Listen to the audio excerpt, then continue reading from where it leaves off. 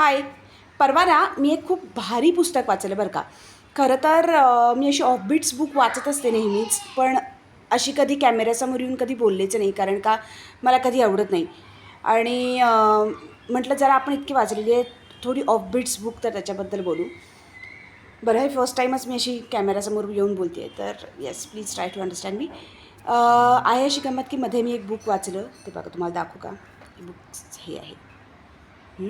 काय नाव आहे पुस्तकाचं? मी पाकिस्तानातील भारतीय हेर.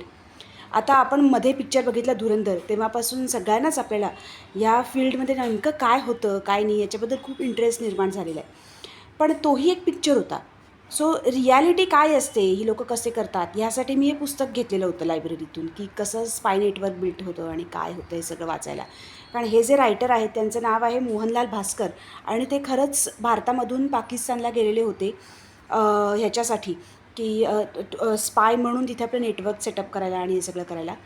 पण ज्या मला अपेक्षा होत्या त्याच्याहून थोडं वेगळं निघालं पुस्तक, की आपल्याला कसं असतं की थोडं स्पाय बुक म्हटल्यावरती त्यांनी काय तिकडे जाऊन काम केलं किंवा काय नेमकं केलं हे जाणून घ्यायचं असतं. पण तसं नाही आहे. तिकडे गेल्यानंतर त्यांनी ते केलंच असेल, पण ह्या पुस्तकावर भर अशासाठी आहे की त्यांना तिथल्या पोलिसांनी पकडलं आणि पकडल्यानंतर त्यांना कळलं की हे स्पाय आहेत, आणि त्याच्यानंतर तिथे तुरुंगामध्ये त्यांना कशी ट्रीटमेंट मिळाली काय, ह्याच्यासाठी आहे म्हणजे पुस्तक लिहिलेलं आहे. खरं सांगायचं तर पुस्तक वाचताना मध्येच मला जेव्हा ते पकडले गेले तेव्हा असं वाटलं की आता बास झालं, कारण पुढे होणारे हाल काय मला वाचवायचे नाहीत.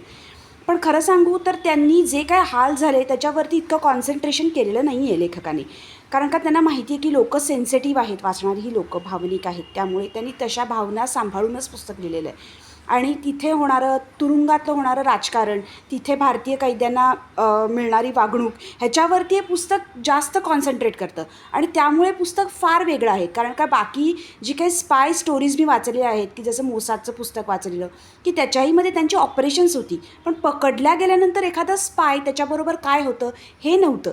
तर ह्या पुस्तकामध्ये हे सगळं कव्हर होतं, and the book is really good. Detail वगैरे मी सगळं टाकून देईन.